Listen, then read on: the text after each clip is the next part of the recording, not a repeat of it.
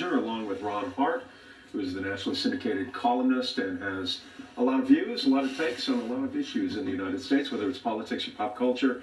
Why don't we talk a little bit about Billy Payne? Billy Payne was put into the World Golf Hall of Fame in the last couple of days. You know, Billy Payne is now in his 70s, and this city, this area, this region has been blessed to have so much incredible leadership over the years, whether it's Payne or John Lewis, Andrew Young, Truett Cathy, Ted Turner. You can go on and on. Bernie Marcus. Pete Corral, Bernie Marcus, Arthur Blank.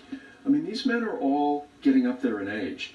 The next generation, I don't see who will step into their shoes. Yeah, I hope it's not politicians. I wish there would be entrepreneurs and champions of industry.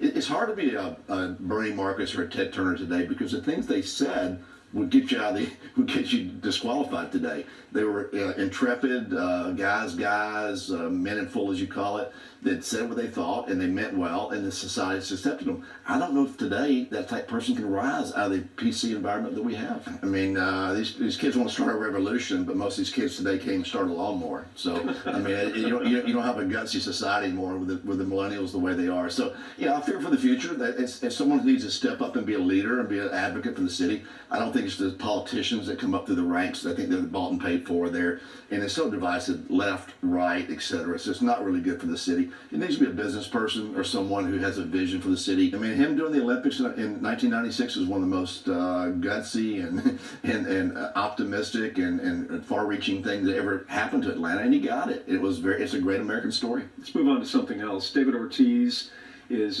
nearly shot and killed in the Dominican Republic.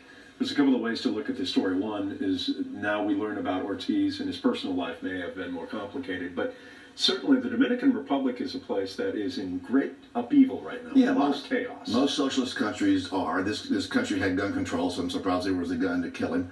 And well, 6 million people visit there a year, so and people get killed from occasion. It's very small. With Central America, you see a lot of countries in this hemisphere whose cultures, civilization, their governments are really unraveling, hence the movement trying to get into the United States, trying to have some hope, some chance. Socialism has never worked in the history of mankind anywhere in the world. I don't know why we think it would work in America. But it remains attractive if you believe the latest polling with millennials. Everybody likes free stuff.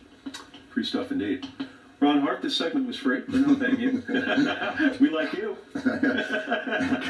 It's worth it. Get what you pay for. Well, okay. And we'll end on that note. Thank you, Ron. See you in a week or so. Okay.